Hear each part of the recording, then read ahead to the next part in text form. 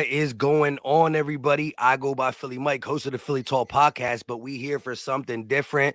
We've done these in the past, preseason a couple times. During the season, I think it was the first 4 games, the quarter mark, but we are past the halfway, down to the home stretch. 6 weeks of football left.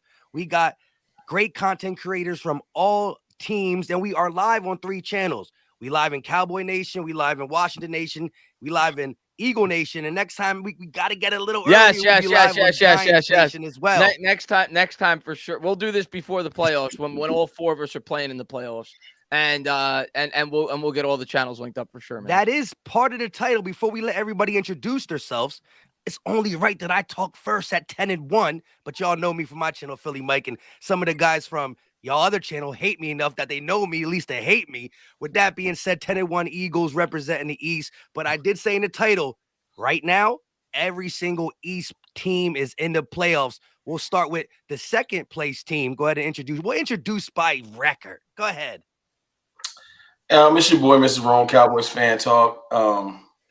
Representing the Cowboys, as you guys know. You know what I'm saying? I ain't know regular season wins meant this much last year. When we used to do this, it wasn't a big deal. Now, people run around acting different, acting brand new, but it's cool. It's cool. Wins do that to you. I feel you. Giants will be in third place. Yeah. Oh, you want me to talk? Okay. Yeah. This is my show. He's in the one. Super excited. I'm not used to being in third place. That's why I was waiting. I'm used to being in fourth place. But no, all kidding aside, man, it's been a really fun year. Obviously, the Giants over the last 2 weeks have started to hit a speed bump. But I think they caught a hot Lions team. The Lions have been playing really well. They almost won on Thanksgiving as well. They looked really good. And obviously, they ran into the Cowboys, who are a really good team. And the Giants have had a ton of injuries. But we're getting some reinforcements this week. We're getting Azeez Ojulari back. We're getting Evan Neal back. We're getting Daniel Bellinger back. So I'm really excited for this Washington game this week. I view it as a playoff game. And we were talking about it right before we went live. There is a legitimate possibility all 4 teams could be going to the playoffs. And it comes down to Seattle. Seattle has to fall apart, go 2-4 down the stretch. If they go 8-9, we all win 9 games or more. We're all going to the playoffs, which would be insane. And in my opinion, probably the craziest story in the history of the NFL. When you go back to 2020, it's probably the worst division in league history. To then turn 2 years later to have all 4 teams make the playoffs would be an incredible story. Yeah, I would love that, man. I think we deserve it. We like as a whole, all of the NFC East disrespect we take, and the way that they like circled around the AFC West and just pretty much gave them playoff berths. It would be kind of just funny that the media would have to begrudgingly give props to all of our teams. And I wouldn't even we would care about who went furthest in the playoffs, but at the end of the day, they couldn't say that. You can't say NFC least anymore. They want to, but they just can't. They thought it would fall apart. They was like, oh, this is just a couple weeks. Now we past Thanksgiving. They just like, I guess this is what it's going to be. Yeah, we better teams than y'all want to give credit to. Even Washington joined the party with a couple dubs in a row. Go ahead, Ed. Left hand up. I see a couple left hands up in the chat already, man. Shout out to Christian Sordo. He says, "Who gave Philly their only L?" I forget. Yeah, there you go. Take that. Just stay away from my face while you're talking about it. You know what I mean? But yo, nah. Listen, they beat us. They were the better team. They outcoached us in that game. We made a bunch of mistakes. They capitalized on it. No ifs and or buts. And to CFT's point about regular season wins, I remember doing these shows. When we did this, whenever we did a show and you guys were the best, I did let you go first. You know what I mean? I did talk my stuff about regular season wins. You made a point to say regular season don't mean nothing. These wins don't mean nothing. Now y'all fall back during every argument because I'm on Twitter heavy. I know. Look at the record. I'm like, I wasn't born yesterday. I remember throwing my record out last year and y'all would disregard it. So that's what when y'all do it, I don't care about nobody else. I laugh because I'm like, look at these dudes running around acting brand new, throwing 10-1 out there. Y'all better finish. Y'all better finish because it's just like us. When we was 12-5 and I was feeling myself and we ain't finished, y'all talked a lot. So you better finish or y'all gonna hate me. Listen. And that's the great thing about this. If we don't finish, I'm going to be upset too. So that's the thing. A 12-5 record, like I said, the regular season only holds weight if you can do a little bit in the playoffs. And so we have yet to see that. Real quick, I just want to give a little disclaimer out here. We are live on 3 channels. We will put up the super chats. We'll try to get to as many as possible, but we'll put them up. I don't know if we can say them all, especially depending on how deep we get in the show. Because there's a lot to talk about down this stretch. All these teams are performing pretty darn good. The Cowboys, offensively gifted, statistically wise, since Dak Prescott came back, regardless of who they played.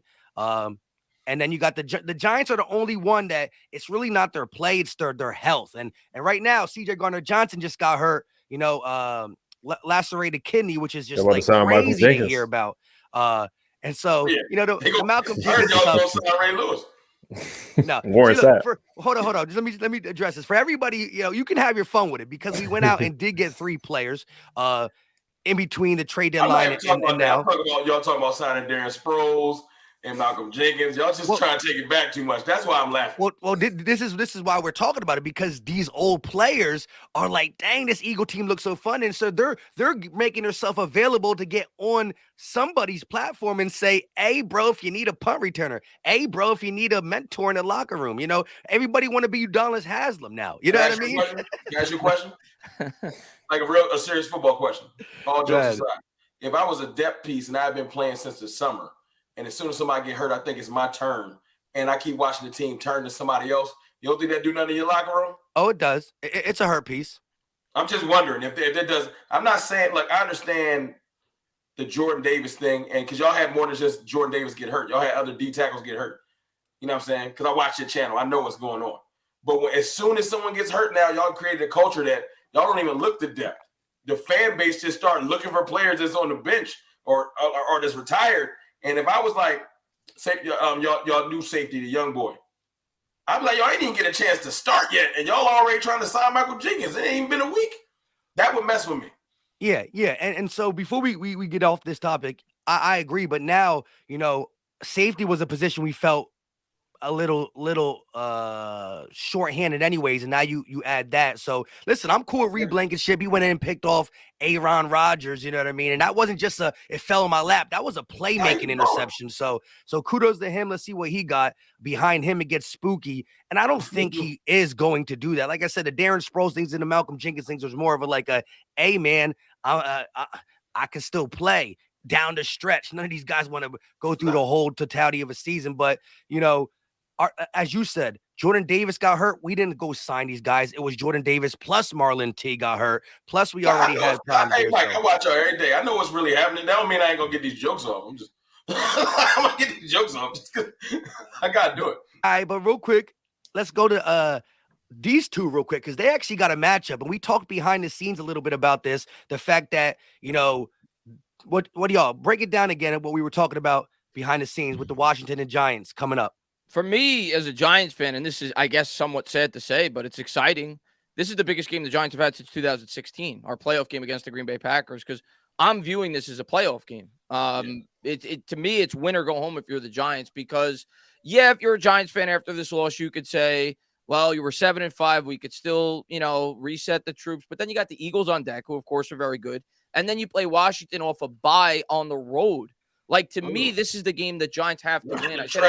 I didn't know y'all had that. That's a lot. Yeah, and Washington has a bye, too, so they have another week to prepare after they just played us. So it's almost like they play us twice in a row. I view this as like a tennis match. And, like, this week, the Giants have served. They have to hold serve. In 2 weeks, Washington has served. We have to try to break it. But this is the game we have to win. Washington hasn't had their bye yet. We had 4 extra days to prepare for this game. We're starting to get some reinforcements. Guys that I said, Evan Neal, our starting right tackle, Daniel Bellinger, Azeez Ojulari. So this is the game the Giants have to win. This is a playoff game for the New York Giants. And I think their best path to the playoffs is to sweep Washington. I know as much as Ed doesn't want to hear that, and I'm not saying I predict that. I have a lot of respect for Washington. I don't think we're going to do it. But I think that's our easiest. We tried. We failed. That's our easiest path to the playoffs. I feel somewhat confident about this game, and I haven't been overconfident about my Giants this year. I haven't been over cocky. I think we're going to respond well. I think it's going to be a really close game, and I do think the Giants are going to prevail. But I think it'll be really close, and I think it'll probably be a split. I think Washington will hold serve when we go to Washington in 2 weeks after that. I think I appreciate Mike wanting to put this together and us being able to jump on, because the reality of the situation is I can see maybe 3 of us making it because of that extra seed. But at the end of the day, the way they set up the schedule, we about to eat ourselves alive over the next couple of weeks and mess up our schedules.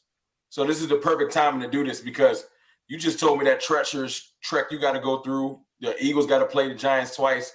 You know, y'all done with Washington, but y'all got to play us again. We're going to I'm hoping the Eagles get the number 1 seed locked up. Take that last week off. Oh, yeah. Hey, look, you got a smart strategy. You got take that last week off. Sit out. You got to rest for the playoffs. Let the Giants in. If we look, we got the way I look at it like this. This is a most important stretch of the Cowboys season in the next 3 weeks. And I know you look at those games and you're like, those are the easiest games y'all got. I'm a Cowboys fan. I know what we do when it looks like it's supposed to happen. You know what I'm saying? So we got the Colts. We got the what is it? The AFC South. Yeah, we played the Colts, Texans, and Jaguars in a row. You know what I'm saying? And it looks like, oh, that's set up for all W's, but it just ain't that simple. You know what I'm saying? I want to see what it looks like when we supposed to win. Can we go handle our business? We good for getting up for teams like when the Minnesota week, a lot of people was like, I mean, the Cowboys about to come back down to earth. But I feel like this game is more important this week versus the Colts.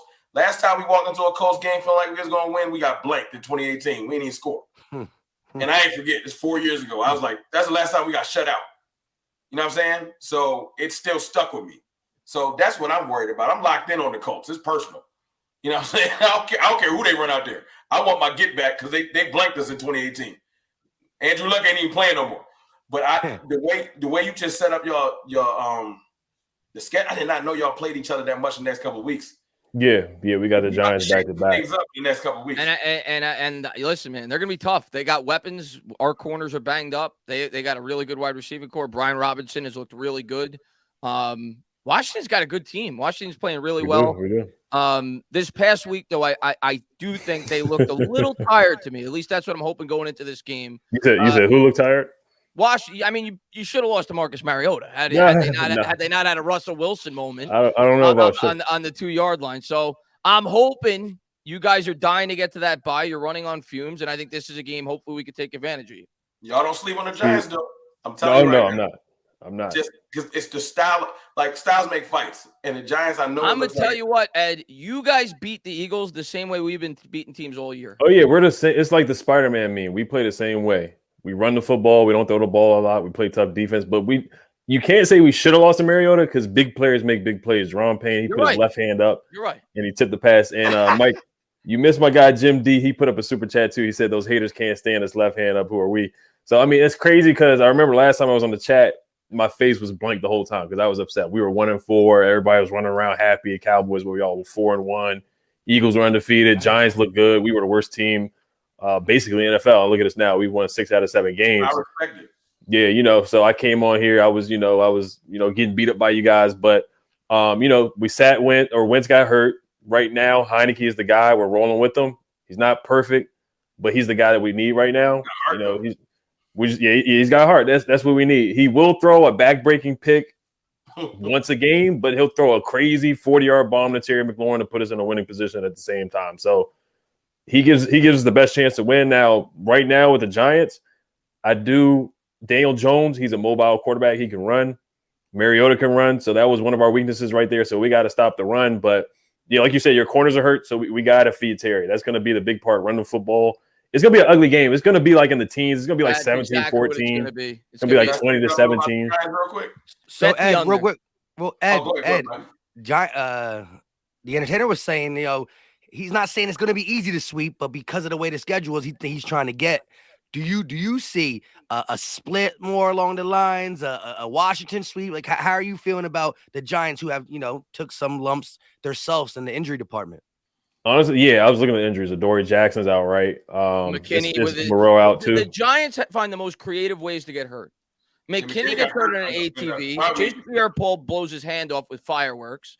We go on a boat trip. Nobody got hurt in that, but that was obviously the Giants. That was the curse. Creative ways to have injuries. They have the most. You brought up Plaxico. Oh God, Plaxico. Cheddar Bob.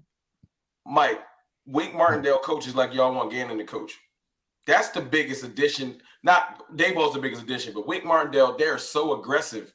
I'm telling y'all right now before y'all play the Giants, he is going blitz like crazy. Me watching the Giants play, like every time, he is not afraid to blitz. I've been hearing you calling for more blitzes, Mike. When y'all play there, I'm letting you know, I hope Jalen ready because he is coming. Every time you think he might blitz, oh, yeah, he probably going to blitz. And what I will say, the Giants, their weakness is stopping the run. They struggled. They couldn't stop Zeke and Pollard last week. You guys have struggled to stop the run lately, and that's a part of our game. Brian Robinson, Gibson, Jonathan Williams. That's what we want to do. So it's going to come down to who can stop the run, and it's really going to come down to coaching. Because honestly, the only way we really the only way we really lose is by ourselves. Ron Rivera, very questionable challenge. He's one of the worst guys that challenges right now. Calling timeouts. He doesn't know when to call a timeout. His clock management is really bad. So that's really our only weakness right now in Heineke's decision making right now. So, and we're not even using we got weapons, but we got one guy, Jahan Dotson, who's not even getting the football right now. And that's not our game. It's an ugly, slow, methodical, run the clock, time of possession. So that I could see it. Yeah, it's the same thing. So I could see 17-14. I can see 13-10, to be honest. If it comes down to Barkley getting his sea legs back this week, if he does, I think the Giants have a good chance. But we'll see. We know game at 1. It's at 1, but next week, the week after, it might get flexed to Saturday. It most likely will be. Yeah, I'm locked in for y'all games. Yeah, it's gonna be a defensive battle. We might get flexed. The Giants and Eagles the following week could get flexed too. That's possible. If the Giants go ahead and put some whooping on Washington, and then the Giants look a little bit more, that's how. If Washington handles you guys, they might not. Yeah, I agree. I agree. They might have to make that decision before we play though this week. I'm not sure. They might, because they can't do it like last minute. But like you said, as we sit now, these are all playoff teams. But CFT has talked about it. You guys talked about it. There's a lot of back and forth that we can do each other harm. But there's still not that many teams in the NFC just floating around looking for that wild card spot too. You look at each division leader minus the East. It's the division leader, and way under is everybody except for Seattle. The Falcons were climbing up there a little bit. They started falling. Washington just beat them. So they got that. And then, but Seattle's that team that if they can pull out, if they can win more than half their games down the stretch, then they might be the one that throws the monkey wrench in there. Y'all did us a favor. It would have been Green Bay, so thank you. go ahead, kill a little life. I appreciate that. Yeah, Green Bay definitely wanted to have. And listen, for as much as Green Bay stinks, I said this multiple times. That's a quarterback, and that's still a team that they are going through it. But they can have one game where things starts to click. They can play. And if you look at Aaron Rodgers, if he's throwing picks at 1:00, he can go on a Pat McAfee show and make up excuses. But you can't make too many excuses for Sunday night football. Let me ask you real quick about Aaron Rodgers, because obviously you played him this past week.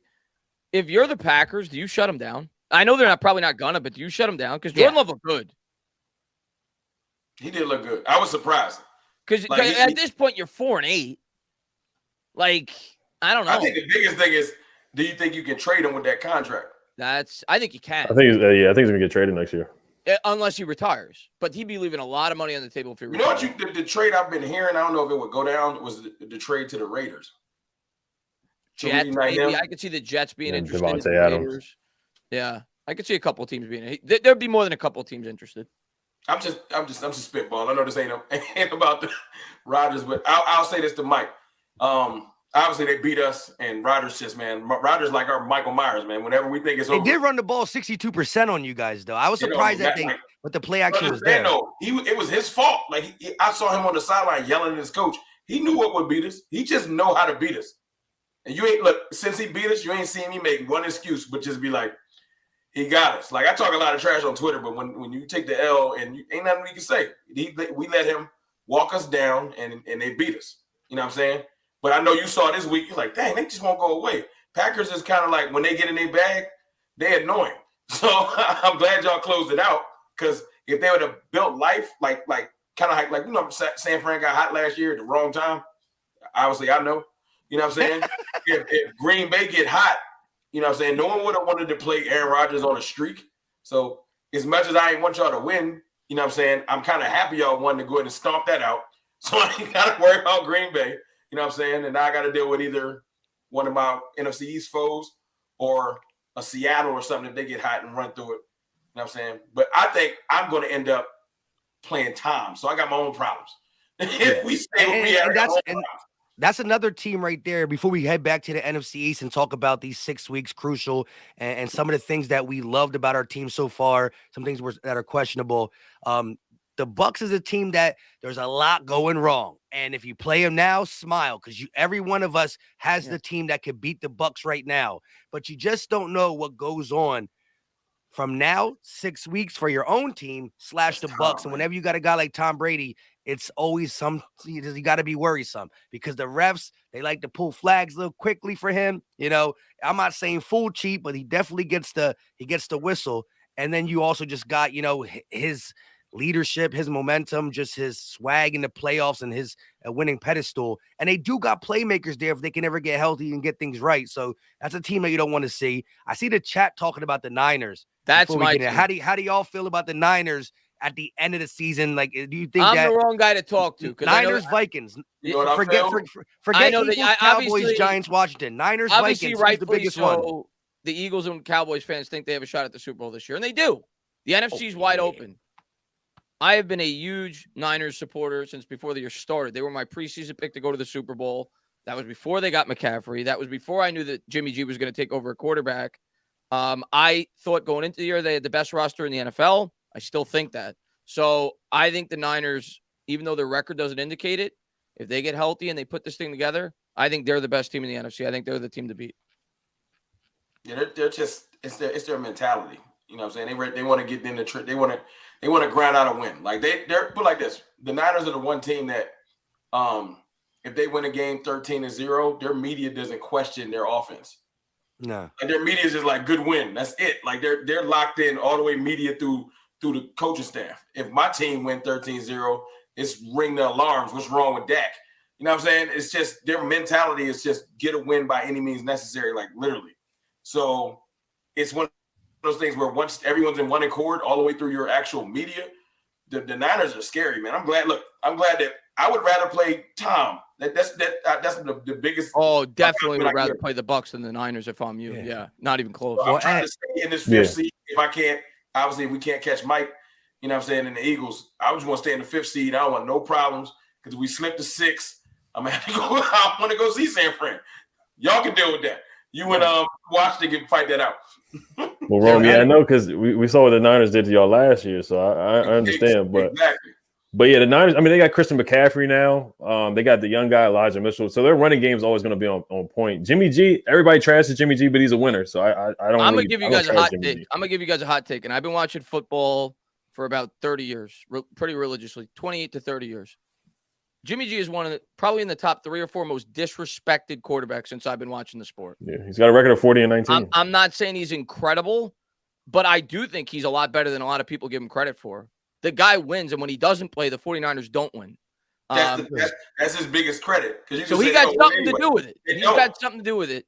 So, yeah, I think I'm not saying he's a great quarterback, but he's a winning quarterback. He finds ways to win football games. Yeah, sometimes to be the best, well, not to be the best, but to win games as a quarterback is just it's what you didn't do wrong. You know what I mean? Don't make the big mistake. When you have a team like the Niners who, like throughout the last couple years, and what the Eagles surrounded Jalen Hurts with, and that's why a lot of us were already like knowing that Hurts is going to take this step regardless of like physical gifts just because of the team around him. Like mistake-free football, when you can run the ball and play defense, is a legit recipe. And you've seen Jimmy G beat the Cowboys. You've seen Jimmy G beat the Packers with 0 touchdowns thrown at times. I'm not both games. One of them, it was the Packers game, I think. He didn't throw a touchdown. It was special teams, defense, and a couple runs. But he made a couple checks on first down, did the right thing, and didn't make the big mistake. Now, the Super Bowl. Because Kittle and Debo ain't no joke. He's surrounded with some. No. By no means do I think Jimmy G is an incredible quarterback. Absolutely not. But I think people just laugh him off, and they don't even feel I think he's at least an average starting quarterback in the NFL, if not slightly above average. And I just feel like a lot of people just don't give the guy any respect whatsoever. At the end of the day, this guy has been to a Super Bowl. He's been to an NFC Championship game. And the 49ers, when he doesn't play, That year he got hurt, they won 5 games. The next year they went to the Super Bowl. Entertainer, if you had to pick Jimmy G or Jalen Hurts, who you taking to be your quarterback? Well, Hurts because he's young, Right. and he Hurts, but just check it. I don't know. I thought you were about to say Daniel Jones for. But Jimmy G's a better quarterback than people give him credit for, in my opinion. Nah, I wasn't. You would. Everybody knows he's going to take Jimmy G over Daniel Jones. Yeah, I mean, everybody should, honestly. Real question: if they move on from Daniel Jones, would you take Jimmy G on your team? But this got my God's honest truth. No, this is the God's honest truth. What I want as a Giants fan at the end of the year, it's one of 2 options for me. You either use Jones as the bridge, and you see if he can get better when you get him weapons, or you draft a quarterback. I don't want to sign a quarterback because to me, what makes sense, and I think a lot of things that fans overlook, Jones is now familiar in this offense. Jones comes back year 2 if you don't draft a quarterback. I think he's a better fit than bringing in an outside free agent quarterback because the wide receivers have familiarity with him. He knows the offense better than an outside quarterback that you're going to bring in. Yeah, I was about to say. What did you say? You have wide receiver? Well, Wan'Dale Robinson, that's about. Well, Slayton, I think, will be back too. He's been playing better. But that's my outlook on it. I think you either use Jones as the bridge and you see if you could get better if you spend on, and I think we will. You're going to draft an early wide receiver if you go that route and probably trade potentially for a wide receiver, or you draft a quarterback. I'm not of the mindset of I want to bring in another veteran. I don't want to bring in Jimmy Garoppolo. I don't want to bring in name the quarterback. I'd rather either stick with Jones on a short-term commitment. I'm not talking about giving him a 4-year extension. I'm talking about giving him a 3-year deal where you could get out after 1, or maybe get out after 2, or you draft a quarterback. I'm not of the mindset of go out and get somebody from outside the organization. I think he'll take that deal too. Not to be funny. I think you will. Yeah, I think you will. Oh, Mike, you're on mute. You're muted. You're muted. Yeah, but I got a couple. I got a couple super chats too. I don't want to go away. Suplexes are us. Our guy John Ridgway, he suplexed Damian Pierce. If you guys didn't see that, he says, "What do y'all see in Commanders D line? Is it something your teams fear or have the game plan for, or is it overrated?" Just wanted to hear y'all's opinion. I'm sorry. What was the question about Commanders D line? Yeah, he said, "Is it something your teams fear or have to game plan for, or is it overrated?" Just want to hear y'all's opinion. I respect y'all D tackles heavy, and I'm gonna be real. I ain't even gonna hate on Chase. He gotta get back on the field. Chase gotta get back on the field. I'm trying to respect it because I don't laugh at injuries. So I'm gonna wait till he get back to see what's going on. But y'all D line ain't no slouches. You know what I'm saying? I wouldn't say if we had to rank them, I wouldn't put y'all as the top one. You know what I'm saying? No, they playing at the top. Like John Allen right now, he's playing all-pro level. Payne's playing all-pro. Montez Sweat's got 7 sacks. Payne's got 6.5. John Allen's got 6.5. If you're looking at the Washington defense, you're like, linebackers really worry your son? Nah. Secondary? Nah. Just make sure you give the quarterback time. So in reality, yes, you want a game plan. That is your best attribute on defense is your D-line. I would say the Cowboys D-line is their best attribute. No question. I would say our best attribute is our secondary. You know what I mean? Let's see how it adjusts now without, the interception leader in there for, the foreseeable future. But ours would have been secondary. Both of y'all's would have been D-line, and I'm sure where the Giants D-line for us too, no doubt about it. Defensive line? Yeah. Lawrence is a beast. You got to. Yeah. Dexter Lawrence has a 91 PFF grade this year. I think he's the highest graded D tackle in football. Leonard Williams is great. He's just been hurt for a couple of games, and Kayvon Thibodeau looked incredible against your Cowboys last week. Yeah, I didn't enjoy it. I don't like him short. Yeah, he's making my rookie look bad. Yeah, he's definitely starting to turn the corner. So, my answer is to the Washington fan. I'm concerned with your D-line, but you should be concerned with ours too. Yeah, John Allen, Deron Payne are top 5. Yeah. And we're getting Odori back this week, Ed.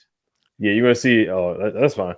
You're going to see John Allen, Deron Payne. They're top 5 in tackles for loss, top 5 in sacks for defensive tackles. So they take games over, honestly. Like Deron Payne, that was a big play last week against Atlanta. And Sweat's balling too. Like he's living up to expectations. About Chase. Yeah, when he coming back, man. Who, Chase? Because he's supposed to play last week, and they changed it the day up. Every week, Rappaport or Schefter will be like, "Oh, Chase Young is probable to play." They say he's probable to play, but honestly, I don't want to rush him back. Honestly, if it's not broke, don't fix it right now. I think he can help, but they're playing good without him right now. I'm being honest, they're playing good. They're playing good, disciplined football. Last year, they were playing undisciplined. They were too worried about sacks. Right now, they're playing together. They're getting after the quarterback. They're playing good football. I think he can help, But if he's not fully healthy, I wouldn't rush him back because his ACL wasn't the typical ACL injury. I think it was Tre'Davious White. He missed like the whole season. So I don't think Chase will miss the whole season. But if he's not back, he might be back for the game after the bye week against the Giants. That's what I'm thinking. I don't think he's going to play this week again. I don't want to rush him back because he's got a big knee brace on right now. And honestly, if he's not 100%, I wouldn't play him because, of course, our fan base, they're so iffy on Chase right now. But right now, I'm not even thinking about Chase. I'm just enjoying John Allen, Deron Payne. Like, they're Montez Sweat balling right now. Yeah. They're balling. They're playing good football, man. The secondary's got better, too. Like, Cam Curl slept on. Forrest is slept on. There's a lot of guys slept on right now. Jamin Davis is playing better, too. Ben St. Juice. There's a lot of guys slept on this defense. The defense is balling right now. Nah, you guys definitely, as a unit, have been playing better, and it shows with the comeback being 7-5. And just for my people, look, our D line, I still think our secondaries are bread and butter, but the D line, the rotation only got better. Fletch has been, a main topic in Philly of what has he got left. And since Ndamukong Suh and Linval has been there, Fletch looked 5 years younger. I think he got like 2.5 sacks in the last 2 games. He's playing better on the run. He's doing a lot more. Maybe it's because it's competition, man. Competition, iron sharpen iron. They show up. and Fletch is at the age now where if you could cut his snaps and a little bit lower, well, now he's going to be more productive per snap basis. And so I think when we get fully healthy, and you got BG, Sweat, Williams rotating the edge, we've been playing Sue on the edge. You got Jordan Davis. That's going to be a real fun rotating line. And I think that fourth quarters, you got guys who got a lot of gas left in the tank. So I expect the D line for the Eagles, who have been good. We're top 10 in pretty much sacks and pressures and stuff like that too. I just think our secondary with the takeaways and the way we play and the amount of passing yards, if you look at passing yards allowed throughout the season, we're definitely top 5 in that. So that's why I still give our secondary kudos. But the D-line is going to be better. The D-line might be a bread and butter piece as we go down the stretch and when it gets to the playoffs where, I think you can see, the change of game from that aspect, from that group. Mike, what's up with Robert Quinn, man? Like, seriously, what you think? Like, what's your opinion? Yo, the honest truth is he just, he only looked like I watch y'all. I don't even see him out there. Maybe I'm missing it. Well, I know the first week his snap count was little, Pittsburgh week. His snap count went up, but he's really not generating the pressure we want. I think the last I haven't checked because everybody's DMing me about that. So I was gonna make a video about it today. I actually forgot about this roundtable until Ed said it. I'm like, oh snap! I had a feeling too. I kind of forgot with the whole Thanksgiving break and stuff. That being said, he's a guy that I still feel like can get it done. Not as a every down guy, not as in quantity, but I think that we're gonna call his name once or twice in big time scenarios throughout the season, but he's definitely haven't lived up to what we thought. Now coming to the Eagles, we knew he had 1 sack, but 19 or 18 and a half the year before, I thought there was a solid foundation there, and I'm not gonna cap. He has been MIA, and I think his snaps are going down, which is just a credit to what BG's being able to do at his age, and he's getting more snaps, and he's been pretty good. I forgot exactly how many sacks, but he's been live. So to me, the Quinn thing was you free up BG, who's older, you free up a couple people, plus we need some edges because of Barnett getting hurt early in the season. We never replaced him, and so I'm still wait and see, but the way we scheduled his contract anyways, he's off the team. He was really only a remainder of a season rental. We're not bringing him back at all. It's wash, some funds for this year. And it was, a later round pick. So I had him before. He like a running back. He like Zeke. You got to give him touches. So he got to sit in there. I don't know if he's good at, some people just not good at rotating. You know what I'm saying? He needs to fill out his opponent and set up his, how you like set people up for pass rush moves? I think Quinn need like 15 snaps in a row to fill out people. So when he come in there 2 or 3, he probably just ain't getting this. Maybe I'm wrong, but that's just what I'm looking at. I'm trying to not to be the just blatant hater. You know what I'm saying? Because like I said, I say the jokes for Twitter, but right now I want to ask you seriously what you thought, because I know what he can do when he in his bag, and I'm surprised I ain't seen nothing.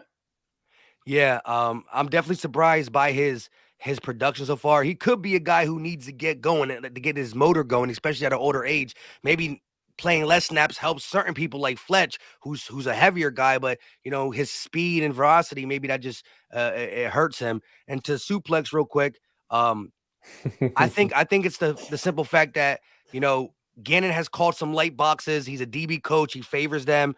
He's a bend but don't break. I think so far since we got the additions, which mind you, we are getting Jordan Davis back, and that's a big staple of our run defense.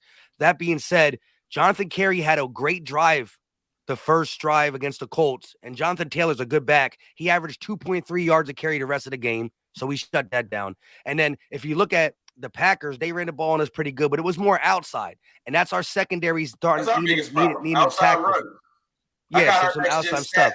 And they show most of the runs that we get hit for. It's the edges. Yeah, and our biggest problem ain't really talent. It's what Ed said earlier. They just want to they sack happy because we lead in sacks, so we be running ourselves out to play. You know what I'm saying? So lately they've been trying to be more disciplined.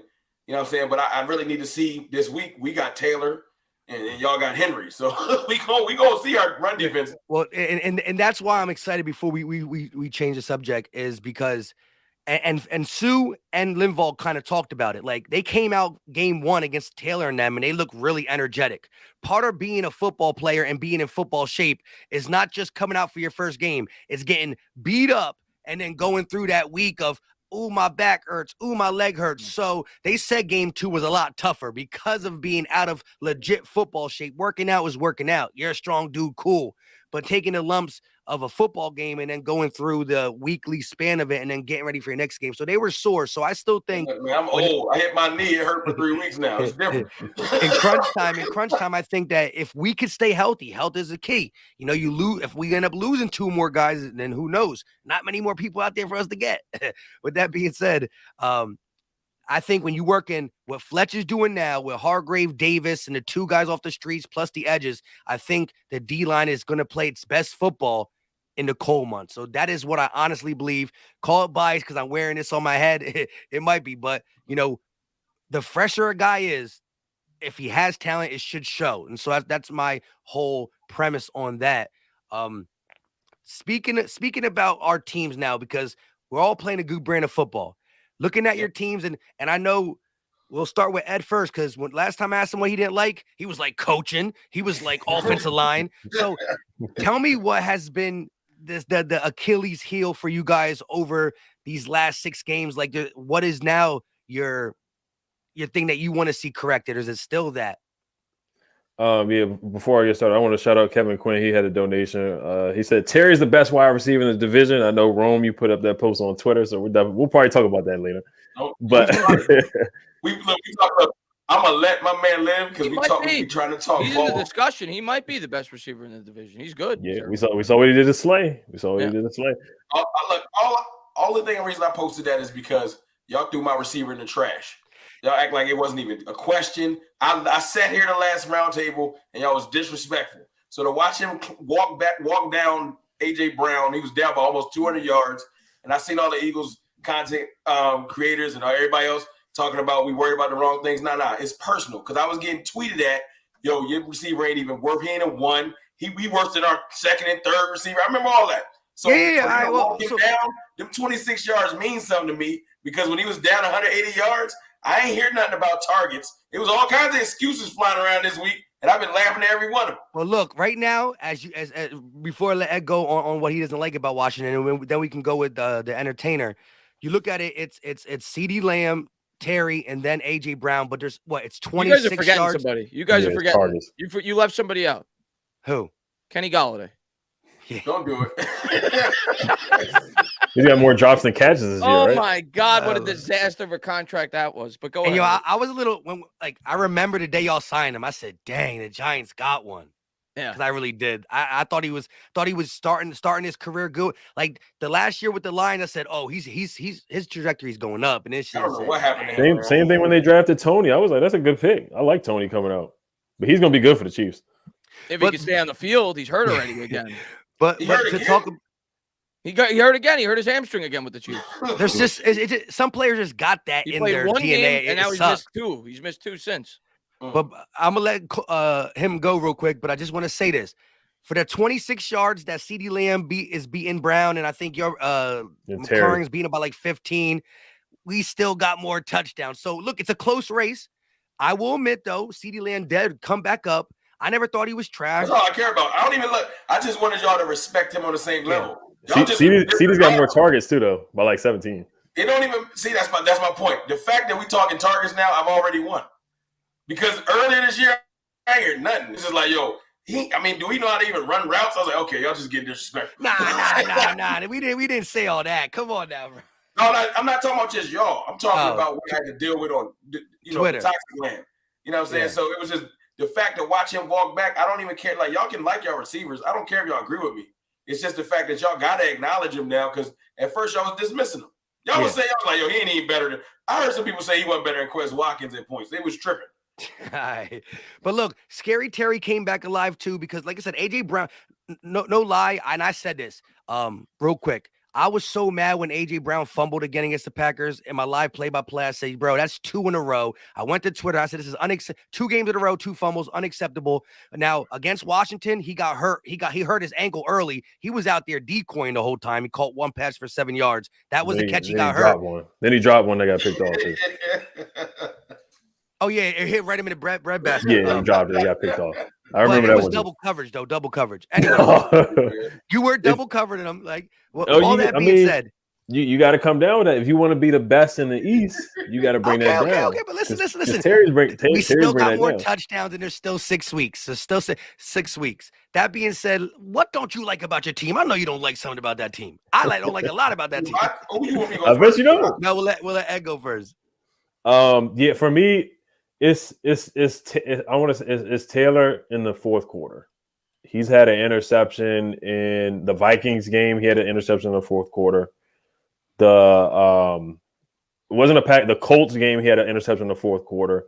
The Eagles game, he had an interception in the fourth quarter. So Taylor, it's a roller coaster ride with him, man. And yes, it's Ron Rivera, Scott Turner. Jack Del Rio's done a way better job than what he did, and he's been. I got to give it up to Jack Del Rio. He's doing a good job with the defense. Ron Rivera's decision making, clock management. He doesn't understand when to call a timeout. He's very conservative before halftime. The game has passed him by, and we're playing an old school like that Cam Newton type of just run the football. That's what he wants to do, and I'm fine with it. I like it this way actually, because with Taylor, when Carson's out there, they're trying to pass the ball too much. And we're just not that kind of team. Yes, we got the receivers. Yes, we got Terry. Yes, we got Curtis. Yes, we got Jahan. But this offensive line is just better when we're running the football. You got B-Rob. You got Gibson. And we got a good defense. So you just got to control the clock and play the old school way. But right now, it's wrong with clock management, decision-making, doesn't know when to throw the challenge flag. It's too slow. When we actually need a challenge, he doesn't challenge. And the easy cop-out is the kicker. He missed the extra point last week. But honestly, it's gonna ride on Taylor, man. It is. Can he not make mistakes? Like we talked about Jimmy G. Can he just not make the back-breaking interception to hurt us and kill a game? Because we should have beat the Vikings. We really should have won that game. We were up by 7 or 10 in the fourth quarter, and Heineke throws an interception. Like he's throwing the pick right in the middle of the field. There's 2 guys wide open. He did it again last week against the Falcons, and he could have thrown another interception. But you know what? I like Taylor. I'm not gonna say 100 times more than Wentz. But I think Taylor is the best option for this team more than Wentz, probably 100 times, because the thing is he doesn't get sacked. When Wentz is back there. He got a short memory. He just be throwing that. That's true. That's true. If Wentz was playing, honestly, I think we would probably have 10 or 15 more sacks right now. And that's why Heineke is the guy right now, because he can escape. He's mobile. I know it's corny. It sounds like a Disney movie, but guys play harder for him. I know you experienced this in Philly with Nick Foles. We try to just tell play harder for him. We try to tell you. Same thing with the Jets. They make the change. Mike White. Yeah. I mean, he may not be the most talented guy, but the team plays hard for him.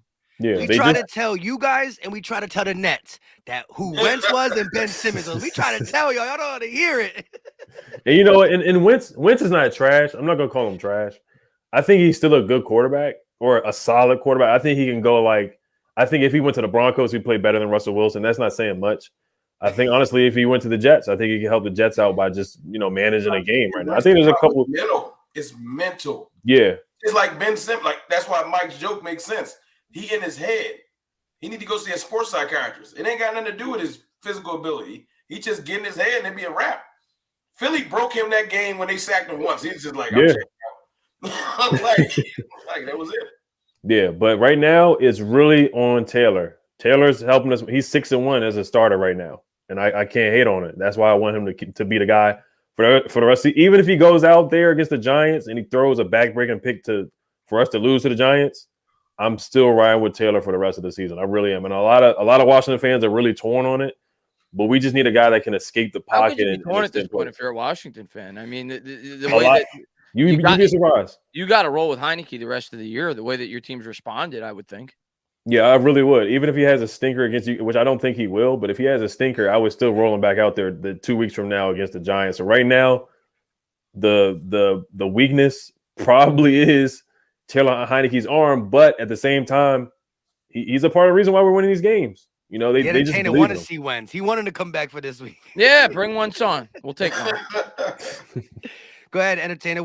Is the same thing? What's been disappointed about the Giants? No, not the same thing. Not the same thing. You guys may laugh at this. People in your chat may laugh at this. Daniel Jones has done everything that I could have asked him to do this year based off the limitations of this roster.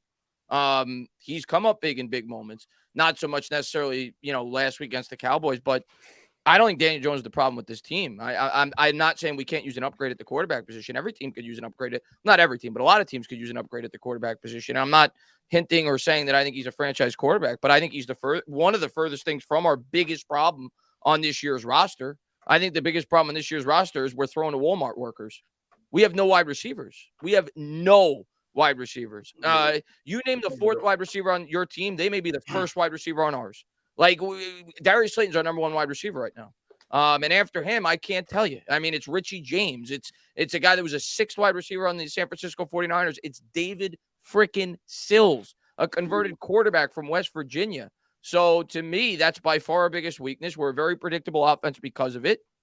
And teams stacked the box against Saquon Barkley. And it's been incredible, the job that Barkley's done this year.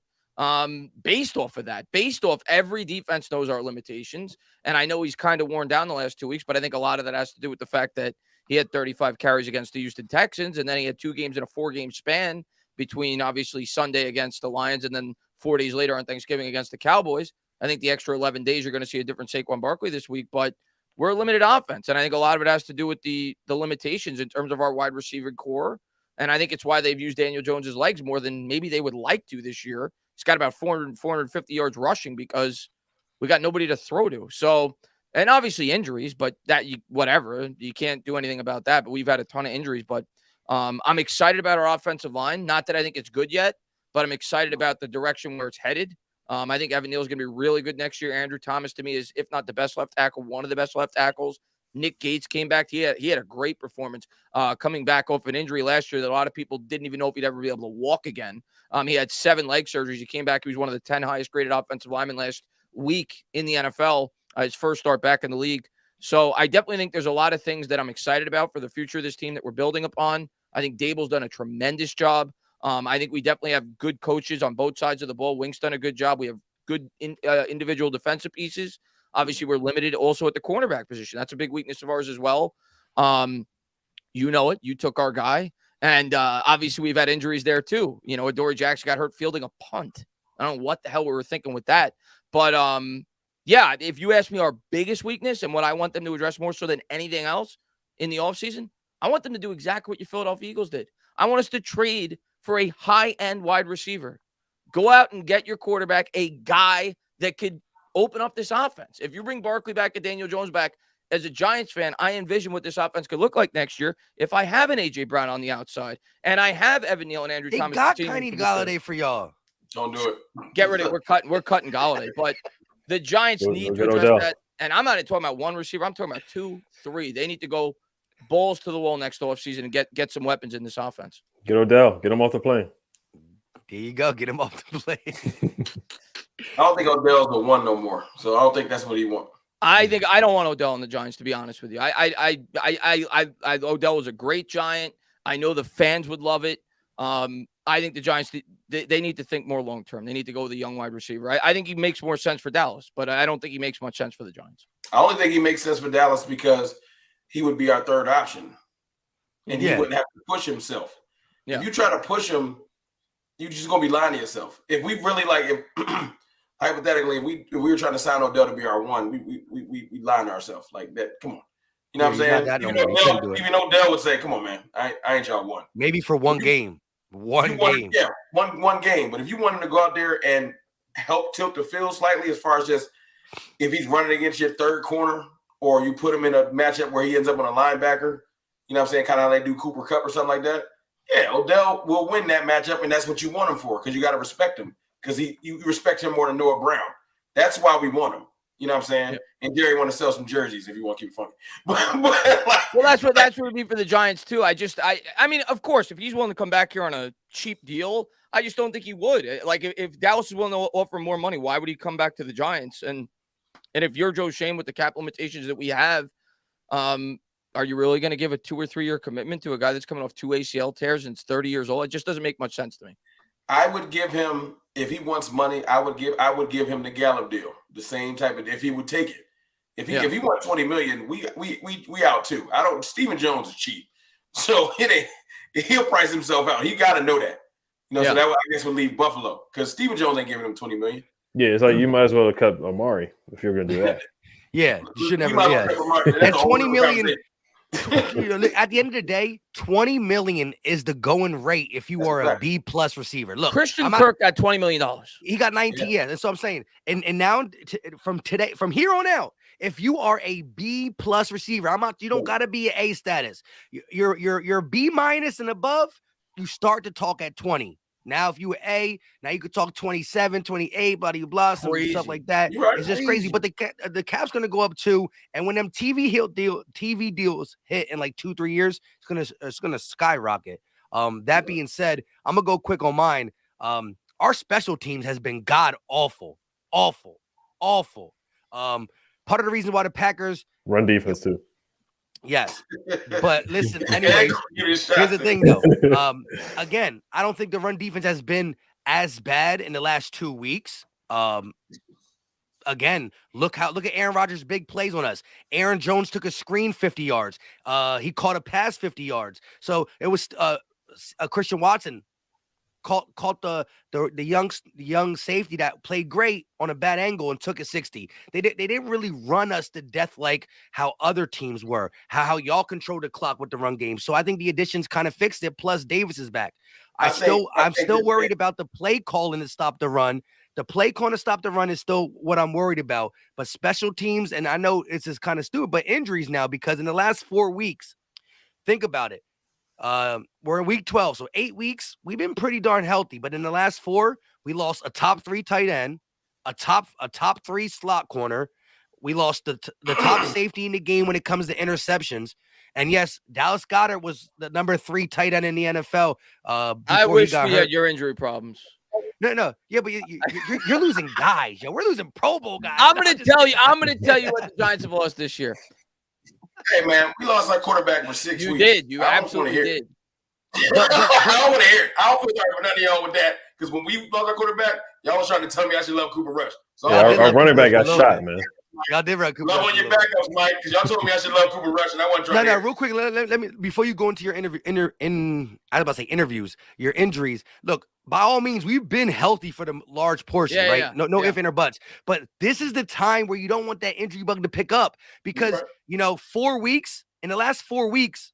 4 or 5 key guys have now are going to miss IR amount of times. So my thing is, I believe in football like this, like you get it in spurts. You know what I mean? And so I much rather have done some of this stuff in the beginning of the season. What I'm saying is I'm really nervous for this last 6 because I feel like every game now, like every game in the last 4 or 5 weeks, we've been losing a key piece. And, some of these guys are IR means 4 weeks in a row. That was Davis, Maddox, Garner Johnson and DG. None of them were just like 3 weeks out. They were all IR hits right away. So I'm nervous about the future because what the 10-1 team that is standing in front of you, it could look different, knock on fake wood, and it could be that anywhere, Football is as much about, and we actually talked about this. We talked about this before the stream about the Titans. Football is as much to do with when you get a team on your schedule as anything else. Like a team, like I said you guys versus the Titans this week. I think that's a pretty tough matchup for you guys. The Giants, I thought, were lucky. We played the Titans week 1. You go back and look at the Titans' history, they generally start out sluggish. They lost to, I think, Arizona last year, week 1. They lost their first 2 games this year. They lost to Buffalo 41-7 week 2. So they certainly weren't the same team early in the season. They're a different team right now. So I agree with you. I think a team, regardless of what the team is, you could go from looking like a Super Bowl threat by week 8, and by week 14, you look completely different. Things change in the NFL drastically week over week. That's why That's why I'm holding my head high with my 8 wins. Because my season started with me losing my left tackle indefinitely. Now he's on deck to come back, but you lose your left tackle and your quarterback for at least a good, Tyron Smith ain't played. I hate to give you credit. I hate it because I don't like the Cowboys. Because we ain't supposed to be here. I don't like the Cowboys. Rush might get signed by somebody. He might Dallas get has a really good Jets or somebody like that. Dallas is a really good football. Dallas is a better football team than I thought they did before the year started. They have a very good football team. They might have the best team in the division.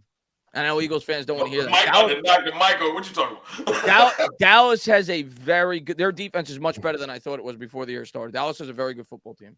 They could be ran on too, though. They could be ran on too. Can I say one ran on too? The thing I'm most worried about, I ain't get a chance to say it, is Kellen Moore. Because it's pride. Kellen Moore is a pass-happy dude.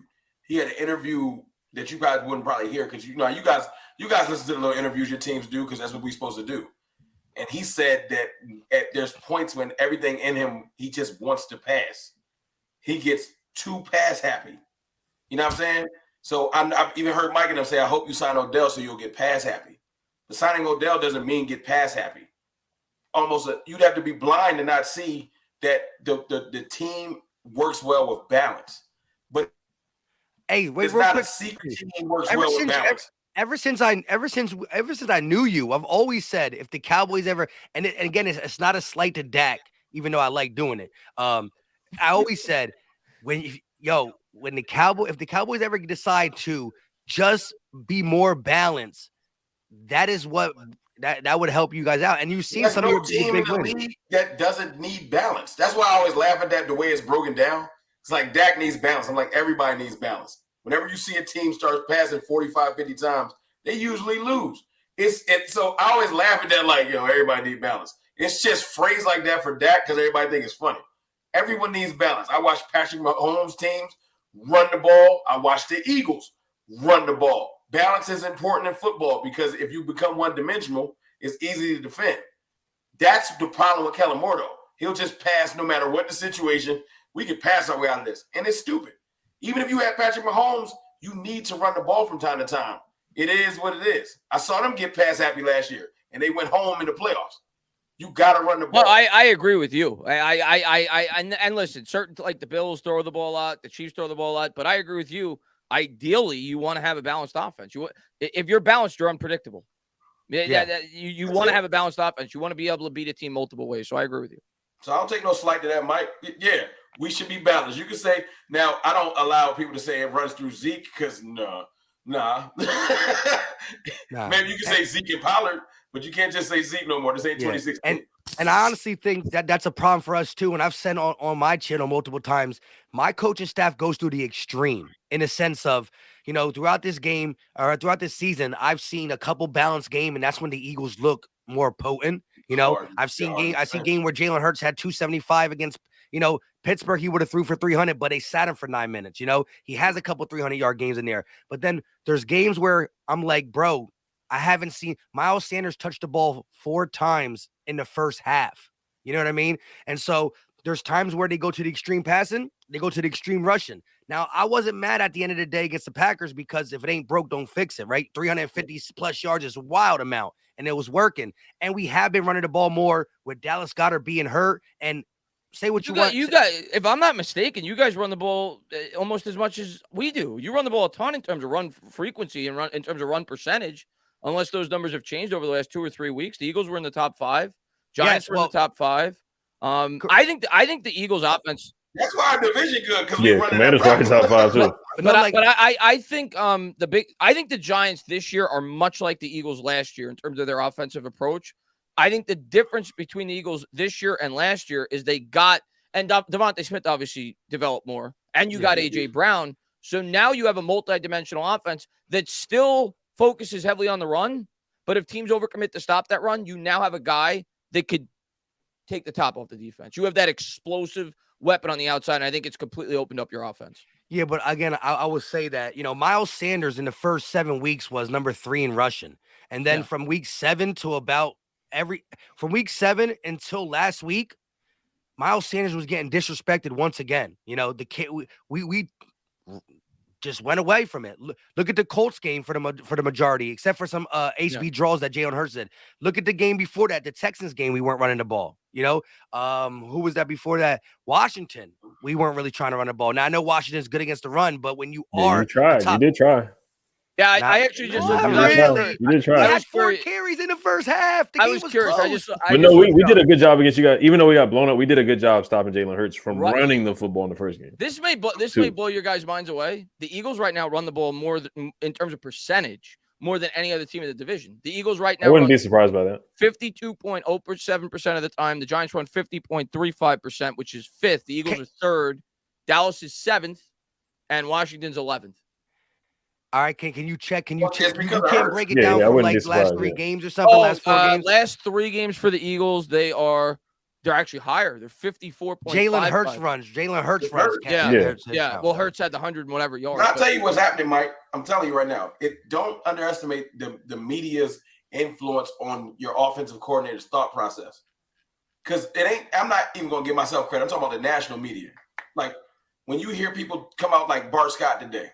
I see people saying Jalen Hurts runs, but that's every team. The Daniel Jones runs. Daniel Jones runs. Yeah. But I'm not saying you. I'm saying people in the chat. I mean, you look at most teams that are high in terms of run frequency. The quarterback's running. Like Chicago, for example, is number 1.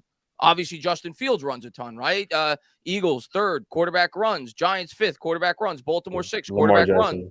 So that comes into a play for all those teams. What I'm saying is like. Oh, go ahead, Mike. I think some of our best games is when we've been balanced. I just want to I agree though. Sometimes the box score will show the Eagles ran more because also what the Eagles like to do again extremes. It's 3 quarters where Miles Sanders don't touch it, and then somehow in the 4th quarter he has as many carries as he had for 3 quarters. So again, a box score watcher will be like, "What are you talking about? Miles Sanders got his normal 12." He got 8 and he got half of them in the 4th and the other 6 in through 3 quarters. And so defenses, we start what I'm saying in the last couple of weeks, we got a little bit too predictable in a sense that there were extremes, passing in the first half, running in the second half. And I understand that the box score is going to show Jalen Hurts runs and it works when he runs for first down. Cool. But I'm talking about, in the first 7-8 weeks, we were using Miles Sanders, and that's why he was the 3rd rusher in the NFL through 7 weeks, which is still a nice sample size. It's not like 1 or 2 games. 7 weeks is pretty good. He was still top 5 in there. And I just want to get back to just being a little bit more focused on the running backs. And like I said, if you look at our group of wide receivers, A.J. Brown has 200 more yards than Devontae Smith, but he has 3 less targets or something like that. Our target share between Goddard, AJ and Smitty has been pretty darn good, so to speak, even though AJ has been taking a couple games off with this. He got to get back to that AJ Brown. I've been saying it. Like, he keep doing what he know. No. Hey, man, like, he can chill out. Well, he's playing Tennessee, and he's been popping a lot of stuff on. That's a good point. That you saw what y'all did last week, right? Ran the ball crazy. Pride, I'm telling you, pride it's the worst thing. Y'all going in this game, I already heard you. I heard LB. I heard Aaron. The AJ Brown game. So you go in there, you spend 2.5 quarters trying to force him to look good, and you can get yourself behind the 8 ball if it don't work. And that's what I'm saying. That's why I was with Kellen Moore. We mess around and have 2 good passing drives. He's like, well, Zeke, you can sit down. We about to pass the rest of the day, and then we get behind the 8 ball. If we would have just ran the ball in the Packers game over. We up by 14 in the 3rd. But no, you excited about passing. 3 and out, here they come. So I'm just letting you know right now, don't be mad on Sunday. I do not want y'all to lose. Let's keep it funky. But I'm just saying, a football, like just football reasons, if you look up there and y'all passing too much, it's pride. I'm telling you right now. AJ Brown and Smith, Jalen Hurts are best friends. They already talking about it, yo. I need that. I need them passes. I need that 100 piece real quick. Exactly.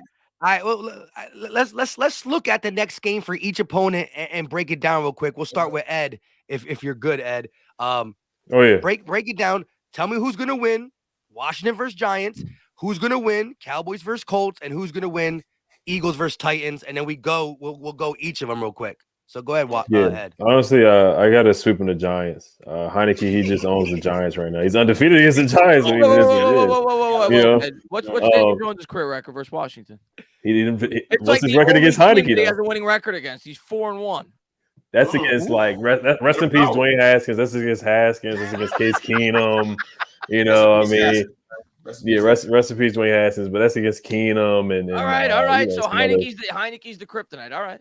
I think he's what we need right now. If he doesn't turn the football over, but no, your run defense, you guys got a lot of injuries. We're a little banged up too, but I think we're gonna be able to run the football against you guys, and I think we're gonna get stops when we need it. Now, I am a little concerned with Daniel Jones because he can run, and yes, like you said, he does. He has hurt us in the past, but I think our defense is gonna get a turnover. We got to contain Saquon. I'm not saying hold Saquon like 40 yards, but if we can keep it under like 60, 65.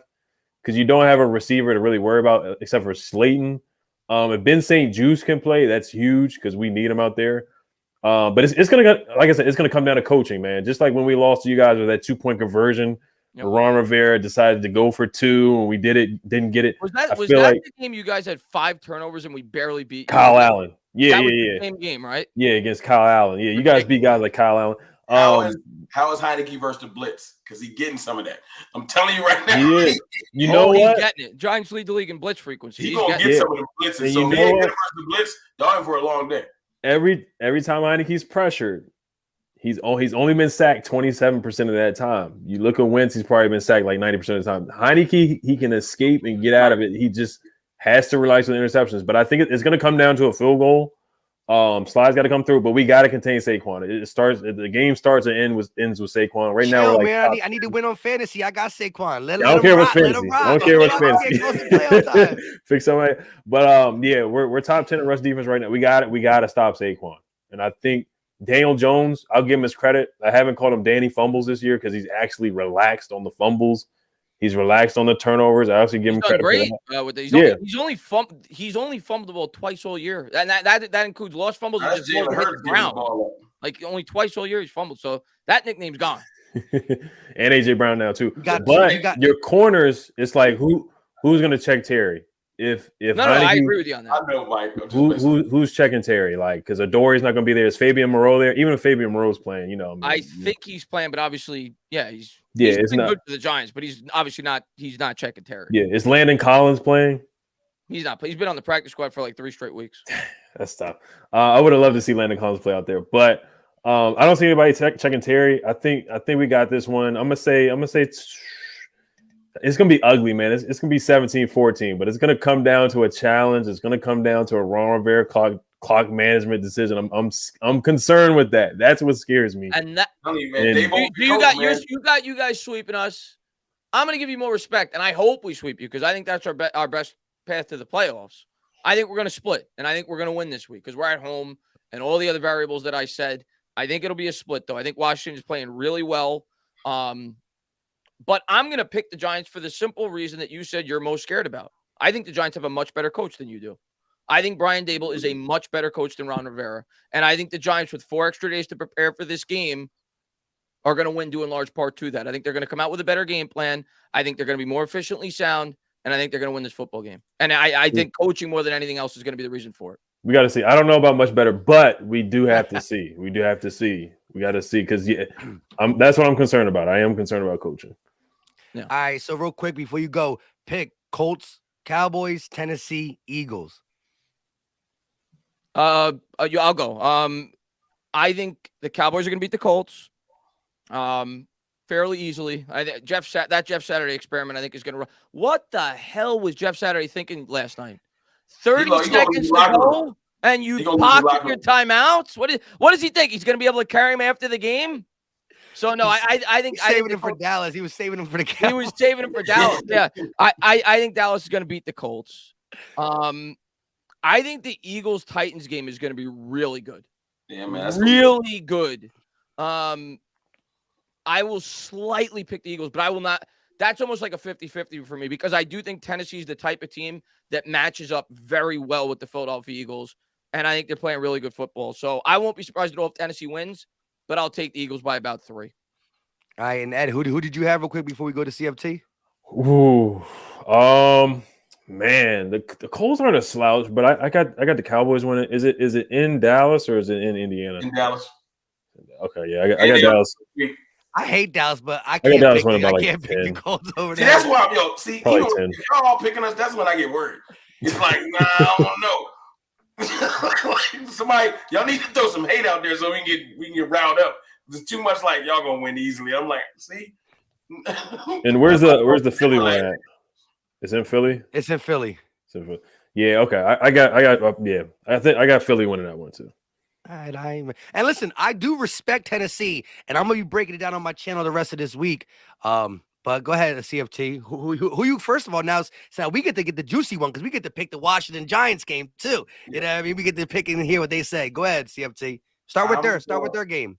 I'm gonna roll. I think they will split. I give them that.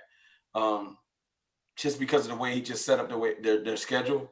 But I think that the Giants right now, it's that blitz, man. I just seen them, and that blitz is crucial. You know what I'm saying? And I got to see how Heineke performs versus that blitz because that's what really throw them off. I know you're thinking about they ain't got no corners, but if you can't get your ball They threw off. Dak up in the first half. He threw 2 picks, right? I was talking mad The trash, and then blitz- I had to eat my words a little bit. You know what I mean? The blitz is real, so I'll go Giants this week. And it might be – I agree with you, Ed. It's going to be a close game, so if y'all win, I wouldn't be surprised. As far as us, I got us beating the Colts, but I got it being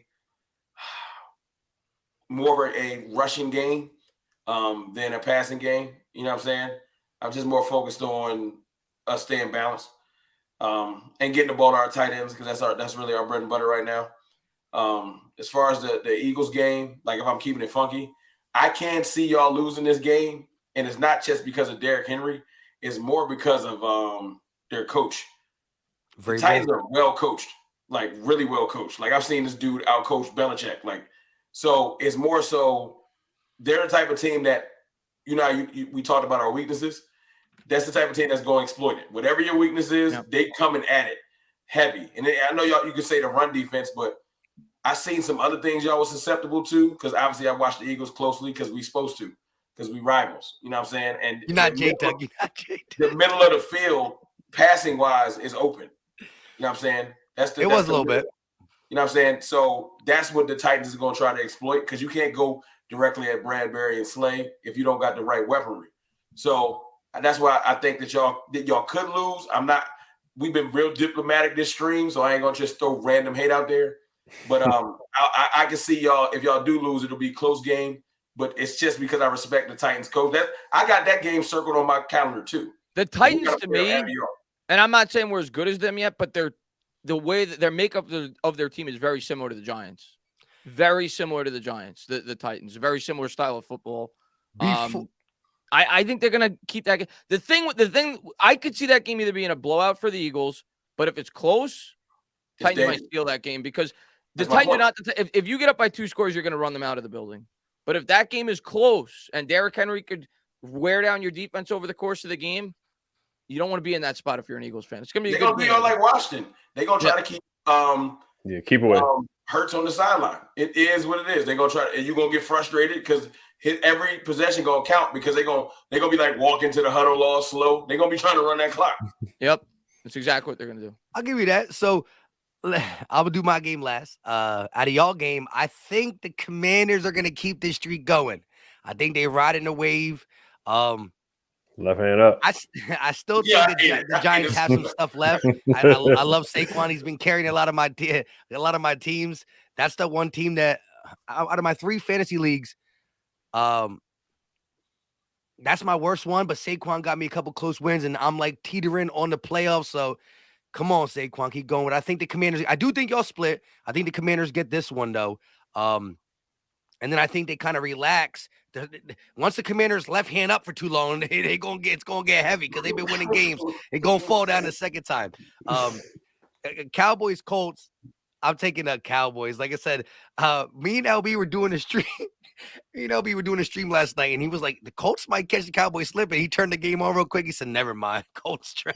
That's what I'm saying. Like, but that's our problem. Arrogance is our biggest problem. We're walking in that game like we got this, and y'all look up in the middle of the game like Cowboys losing. So that's why I need to just. You never know in the NFL, man. Nobody thought the Jets were going to beat the Bills a few weeks. Like, you never know in the NFL. Things happen. The Jags just beat the Ravens. You know, look, the Colts were a different team early on the season, but they were still the Colts, and they gave the Chiefs their first loss. Like, you didn't think that was happening because the Colts, I think it was week 2 or 3, which was the early. Giants Things can happen. The Ravens after they came back from London. Nobody saw that coming. So the Jags just beat the Ravens. So it's why you play the games, man. Yeah, this is the most unpredictable sport. So I got the Commanders this one. I got the Colts losing to the Cowboys. Cowboys win. I got the Eagles. This is a game that the Eagles can't come into this game how you did with the Texans, how you did with the Colts, and how you did with Washington, because that got you beat. Now, when we were on a hot streak before Washington face mask, I'm kidding. Before Washington beat us, right? And they really just saw what the Texans did, duplicated it, but did it more strategically. And then again, that was the first game we didn't win a turnover battle, real sloppy. They beat us before we lost because I thought we were going to beat Washington. I had that. I said the Tennessee Titans could be our first sticky game where we could lose. So I've always been looking at Tennessee. I told you all behind the scenes, that Monday night game, Chiefs Titans, where Henry was running wild. I think Malik Willis was there too. The Titans wide receivers did not catch a pass in regulation. You just explained why Malik Willis was playing. Yeah, but still, Derrick Henry was killing it, and I was making jokes on Twitter. Man, we need 3 or 4 weeks to prepare for this man. Engage 8, Madden style, right? Just blitz everybody. That being said, I think the Eagles, we've been in a little slump, like inconsistent, slow on offense, defense hold, slow on defense, offense hold. I think, we are going to get back to playing our style of football. I've been saying it. It hasn't happened. This is a good statement game to show that, okay, we've been going through some adversity. We're losing this guy, losing this guy, losing this guy. We're having to adjust our defense and offense schematics and tendencies heavily because each week another member goes down that, was having a Pro Bowl-ish type year. You know what I mean? Not saying Maddox is the best corner, like overall, because he's specifically to the slot, but he's always been a top 5. He was a top 5 last year, and he's been playing tremendous when he's here. Gannon really bubble wraps his defense when he's not. All that being said, it's going to be one of our tougher games. King Henry got to get all our focus, but I do got the Eagles winning this game and in a tough battle. Like, I think we finish them off. I can agree with you. We've been winning a lot of close ones, so I think it's going to be more of a 2.5 close, and then we pull away in that third quarter or something along them lines. But I got us winning that game. You know, everybody been saying Jalen Hurts need to throw. That's what they're gonna try to make y'all do. Because I got the way they're coached, they're not gonna be running like I don't know what kind of lanes that Green Bay was taking. They was just letting Jalen Hurts. If I'm an Eagles fan this week, and there's certain weeks where I probably want Hurts to open it up more, this is not the week. I don't think I would want him. He's gonna make them throw. Yeah, well, they may, but ends are gonna just. I just set feel the like edge. They're not even gonna pass rush. I just feel like the Titans are the type of team. If you make a few mistakes, you're in big trouble. And that's why if I'm the Eagles, I mean, obviously, if you can't run, you can't run. But I think that's my primary focus on offense this week. I try to control the clock and, maybe try to open it up if you get a little bit of a lead. But I think you start with that. Titans run defense is one of the top. I think they're a top 5. They have a very good defensive tackle. One of the best in football. Oh no, he a beast. I forgot his name. Simmons. Oh yeah. Yeah. So again, this is a game that I think you can throw the ball on them though. Yes. Yeah, you definitely can. They're gonna try to make you throw it. Just see if Hurts gonna dice them up. They're gonna see. Yeah, it's coming. It's coming. Because like I said, again, Pittsburgh. I knew they were gonna try to stop the run. He was. But it's a whole other beast though. Not to be funny, and I'm not saying Tomlin can't coach. I just feel like they don't got the weapons, like the defensive weapons or nothing like that. But listen, we played the Steelers right after they played the Dolphins, and the Dolphins beat them, but the Dolphins put up 16 points on them Steelers prior. Then they came to us. So like that Steelers team came off beating the Bucks. The Bucks are the Bucks, right? And then they held the Dolphins to 16. So I was like, how are they doing it? They're stopping the run. Oh, this is going to be a Jalen Hurts game, and it was. He didn't get 300, but he sat the whole last 9 minutes. So if you add what Minshew did to his, it kind of gets over 300. But I do want to say this before we change one more subject before we get out of here. Don't want to hold these guys too long. An hour and 35. That's what we kind of talked about. We do got like 1,600 people in here. We live on 3 channels again. So I know most of Cowboy Nation is on his. 2,000 entertainer would log in.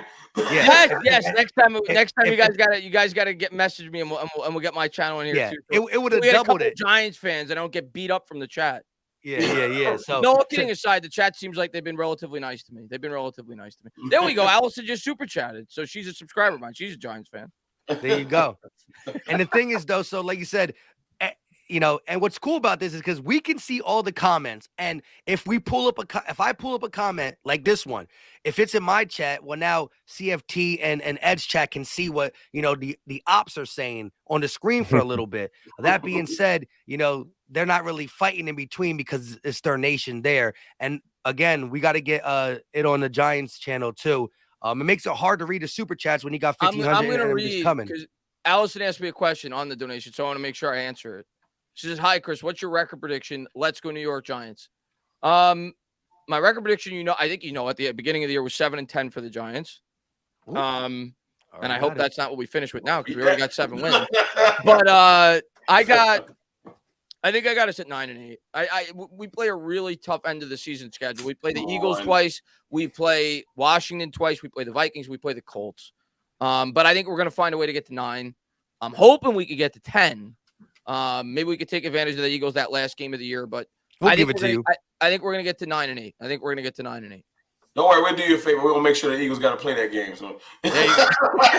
Oh, I do want to say this too, though, because look, I was looking at the Cowboys schedule yesterday on the live stream with LB because I wanted to see, because I first said, you know what, if the Eagles beat Tennessee, it's a statement win, and then we got to, let's look at it and see how if the Cowboys can slip up one, and when we can get to that game, it doesn't mean that much. I wanted to see, and that's when I realized you play the Colts, the Jags, and the Texans, and I said, no, we just got to handle our business. We got to just stay focused and handle our business. I said anything can happen, but I would have loved to see a more affordable opponent there. But then I looked at our schedule, right? And our schedule is not crazy hard, but check this out. We play Tennessee and Philly, right?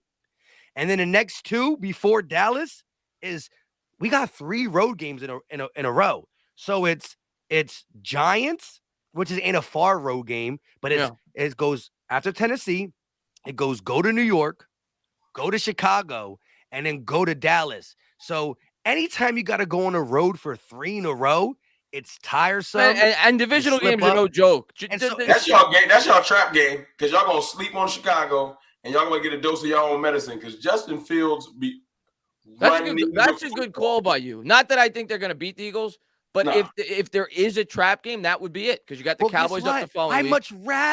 I much rather lose to the Bears and come back and beat them. That's a good point too. Sacrifice the Bears lost to beat the Cowboys and go for the division. That's a good point too. And you know what? He's going to be sweeter because if we lose to the Bears, Cowboys fans are going to be saying, "Y'all lost to the Bears." And then if we can go ahead and get the Bears, I don't need that week because you're right. If y'all lose, our fan base going to act stupid. So go and win that game. But I need y'all going to lose this week. Real quick for me. But I didn't remember that we had 2 road games back to back before we went to Dallas. So no excuses. I still, that game's gonna be tough. I mean, that game's gonna be as hard fought as possible. But I wish we didn't have the back to back and then back to Dallas. So it's 3 road games and they're the last one. And it's Christmas Eve. Guess who we get 4 days after? We play Christmas Eve too. We play the Vikings on Christmas. Yeah, we do too. Why, I think the whole NFL plays do that.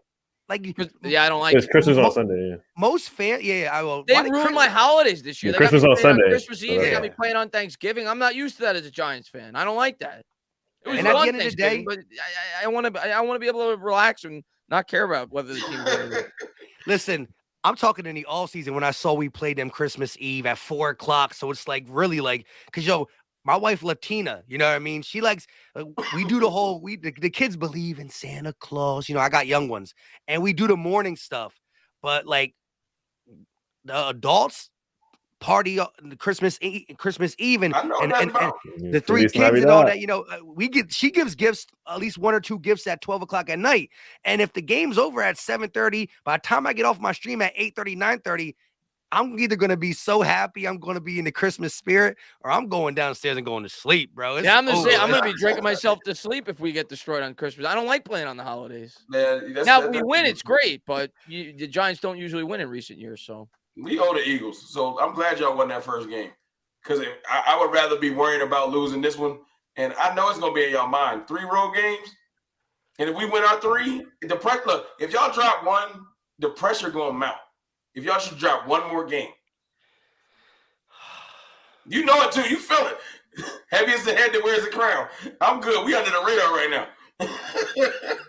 You're not under my radar. Cowboys are legit. Cowboys, both your teams are legit. Yo, well, let me just say this. Before the season started, now look, granted, after we beat the Washington football team the Commanders the first time, when we came into week 8 against them, or week 9, I thought we were going to beat them. But I did say, I said we split against Dallas, split against Washington, and I did say we sweep the Giants, right? But then I realized it was the last game. Maybe we didn't need it, but that was my mindset. But I had them both backwards. I had Washington somehow beating us when we went there, and then us beating them in Philly. That was backwards. And I had you guys winning week 5. I had the Eagles starting out the season, not so. You were assuming Dak was going to be a quarterback at the time. Yes. It changed then too, but don't worry, back. Don't worry, you'll see him soon. It is what it is. Shout out to DMV 2000 for the donation. There was a couple ones in here. Somebody said they wanted Josh Johnson instead of Heineke. Yeah, they're crazy for that. And then somebody, I've had Giants fans tell me they want Tyrod Taylor this week. I'm like, what are you talking about? I don't blame him for that. Hey man, look, I don't blame him for that. Some fans on your fan base, you don't blame them for that. Yeah, I don't blame him for that. Come on, man. Look. Mike's still dealing with people that hate on Hurts every week. It's just some fans don't like your quarterback. Yeah, I get it. Listen, the most popular player on a football team is the backup quarterback until he plays. And then you're like, all right, maybe I was wrong. Well, listen, it's even more popular in Philly because we got a Super Bowl out of that, John. Well, and you have a good backup quarterback too. You got the dude not better than Hurts. Gardner Minshew. Well, Hurts is obviously your starter, but you got the dude from Jacksonville. What's his name? Yeah, long hair don't care. Minshew. Yeah, Minshew. He's a good mustache maniac. But see, look, even Eagle fans know, everybody's low key worried about Henry. And like I said, shout out to everybody who super chatted. Just that the show would be all that, especially when Entertainer gets his channel on. You know what I mean? We try to do as much as possible. But we try to. I should have mentioned it a couple more times. But shout out to y'all. Do y'all have any topic, Ed? You want to touch real quick, CFT, the Entertainer, before we get up out of here? Yeah, there's just a lot of left hands up in the chat, man. We're going crazy right now, man. We definitely got to get back. Would you say, Ron? Y'all got 6 songs. Y'all got to chill out. Y'all got a lot of songs going on. Y'all got to chill out. I saw they made new ones. There is a new one too. I forgot how it goes. But there are a bunch of new songs. It is what it is. Super hype. It's bad. Yo, it's bad. Let me ask you though, Ed. So you've been winning a lot these last couple weeks. Yeah, 6 out of the last 7 games. That's all. That's it. That's it. About to be 8. All good things come to an end. Let me just say this though. Out of all the weeks that I've been doing my play-by-play, I'm calling the Eagles and Packers game Sunday night, and I seen more Washington fans in here talking about, yeah, we coming for you. I'm like, huh? Where are y'all coming from now? But anyways, do you bump that song to wins? You bump that song to wins? You better. I saw some. You said, do I bump it to wins? Do you bump that song to wins? Like, the wins? You get excited to play it. Hey, if you watch the intro to my video, that's the first thing I said. Especially when we beat y'all on Monday night, that was the first thing I said. Oh, I did watch that. I mean, as soon as you said that, I turned. I meant to go back to it. Rome, I've seen some of your boys. I seen your boy dancing to it. I seen your boy dancing to it. Tuck is my dog forever. But he threw the. I like to joke on y'all. I'm not gonna bump the track, but he a grown man and he can do his own thing. You know what I'm saying? But I just think it's funny that y'all got that many songs. I respect it because y'all just happy about winning, and I'm happy that the division's looking good.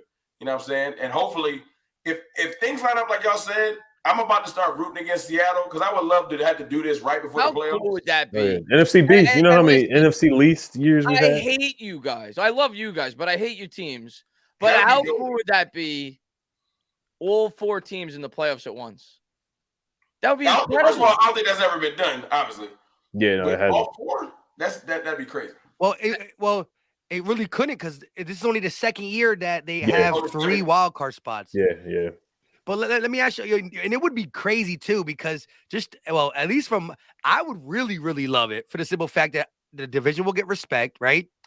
But if things stay the course, you know how fun wild card weekend will be for my Eagles to sit there with the number 1 seed. And it's because, back in the day, it used to be, 2 people get the bye. Now it's only 1. So imagine me being able to watch 3 playoff games, and it consists of the Cowboys versus maybe the Bucks, the Commanders versus the Vikings, the Niners. Oh, you would play like the Vikings and the Niners. Yeah, and we got the Vikings right now. What if we all win and then the divisional is all NFC East? That would be heaven. That would be heaven. If we all win and the divisional is all NFC East, it would be. It would be 2-2. That'd be crazy though. And wait. All right. So let's just say, who do you think is going to have the worst record out of the Giants of Washington? By the end of the season? I think if we win this week, at worst, we'll have the same record at the end of the year. If Washington wins this week, I think Washington will have a better record. Because what would happen then is if the Cowboys would win because it would be wild card Cowboys beat the division leader. It'd be wild card Giants beat the division leader and vice versa with the same with the Commanders. Wild card player beat the division. So then the worst wild card would go to the Eagles. So it would be whoever had the worst record out of the Giants, Washington would play the Eagles. Cowboys would play the opposite team. And then that's a recipe for a possible Cowboys-Eagles NFC championship. That'd be, man, listen. You said Eagles versus who championship? He said that if everything lined up and we all got to the divisional and things broke like they supposed to break and we met each other, first of all, that break the TV. Like if we played in the NFC championship game, Mike, the ratings would be bananas.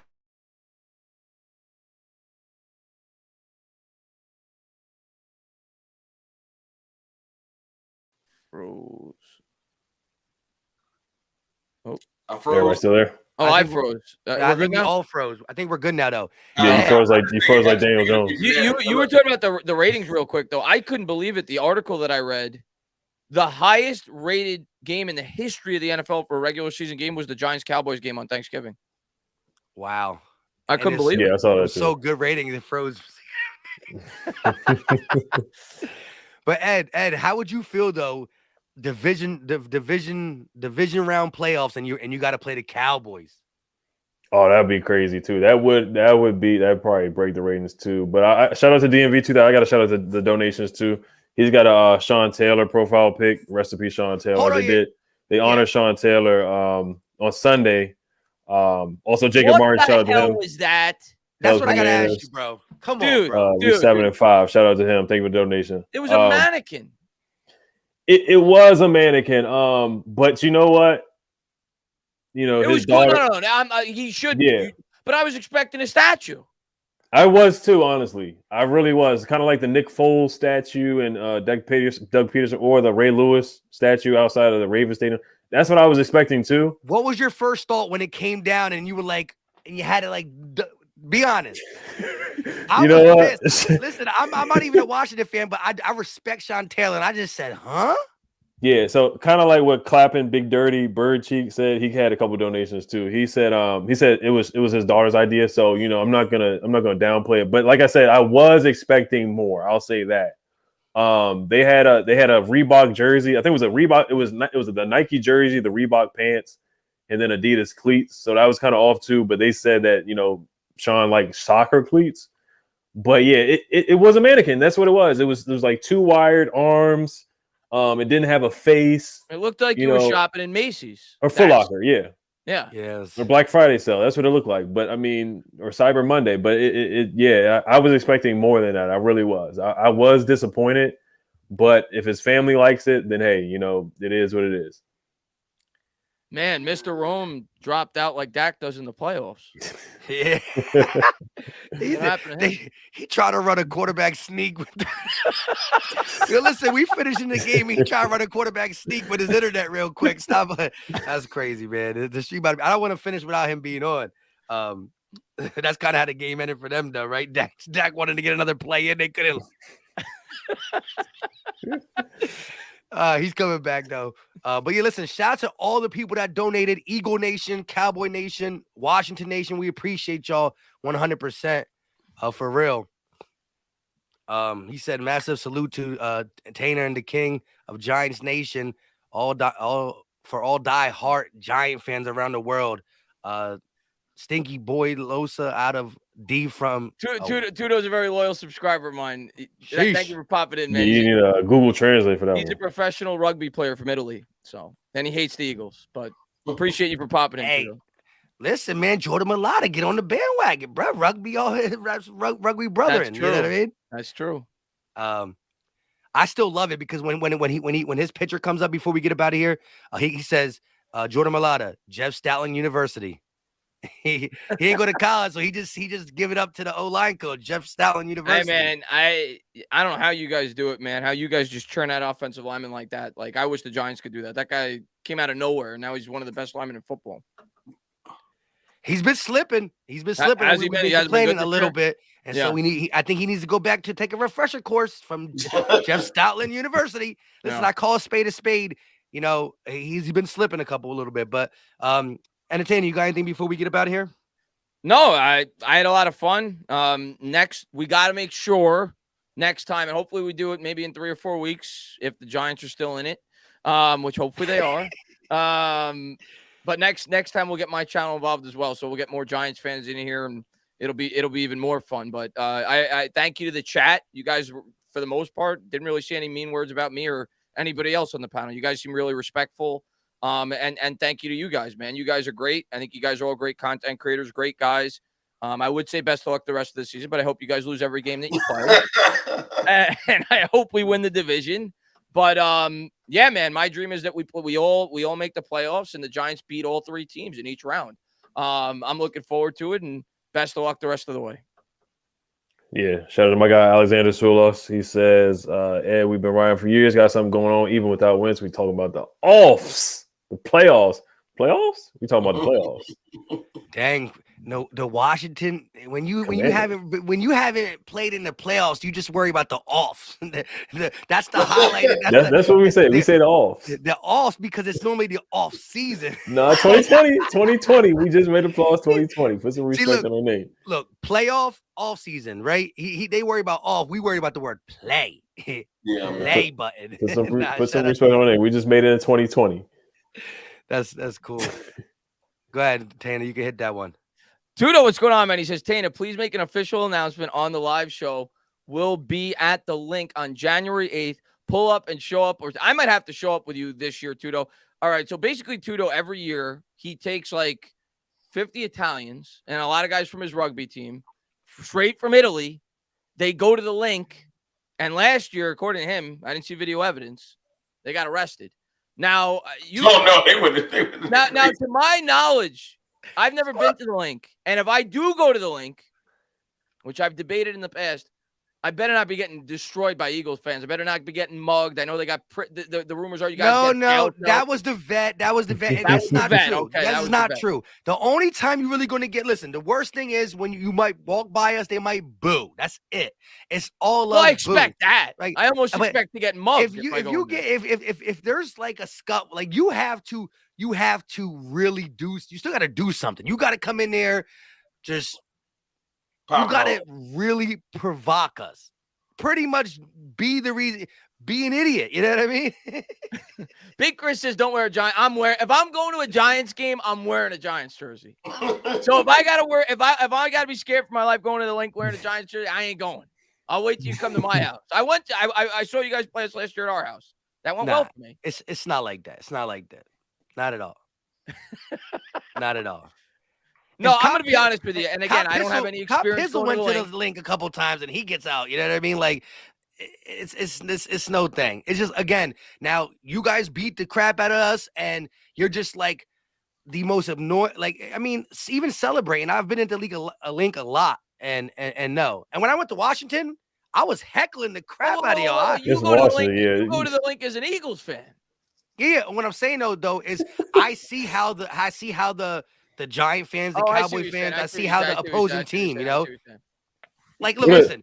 It took a lot for Minnesota literally came to the link, came to Philly. They literally had about 100 people. It was like 3 buses of 100 people decorate the Rocky statue, stand around it, and skull chant, record it, put it on the internet. And the worst thing we were doing is like they were a lot of bad words said. We were throwing stuff at their bus, not them, at their bus. But like, you don't come into, and this is a playoff game. This was the NFC East NFC Championship game.